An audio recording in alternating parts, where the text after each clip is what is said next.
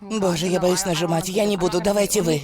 Если тебя не возьмут, мы их сами пошлем. Любой вуз будет тебе только рад. Поступила!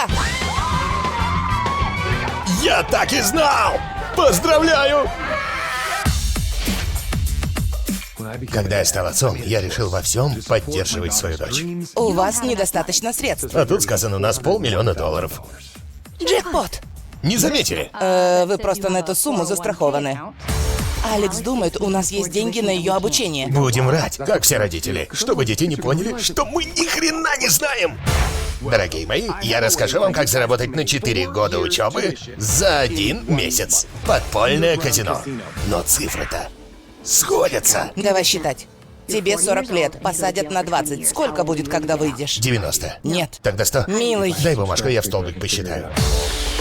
Хотите рубить бабло, как в Вегасе? Тогда все должно быть, как в Вегасе.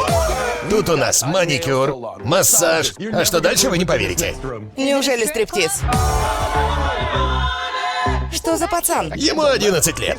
Офигенный диджей. Жарь давай! Вот так. Ставлю все. Смотрите летом. Мы с мамой будем работать допоздна. Что-то мне подсказывает, вы врете. Мы тебя очень любим и жутко тобой гордимся. Но закрой уже пасть. Что ты мне сказал? Быть родителями нелегко. Ставки сделаны. Эта парочка явно что-то затеяла.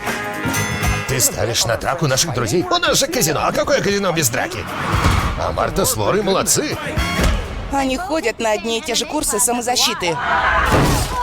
В блин раскатала. Стыдоба, ну как же меня прет! Уилл Феррелл.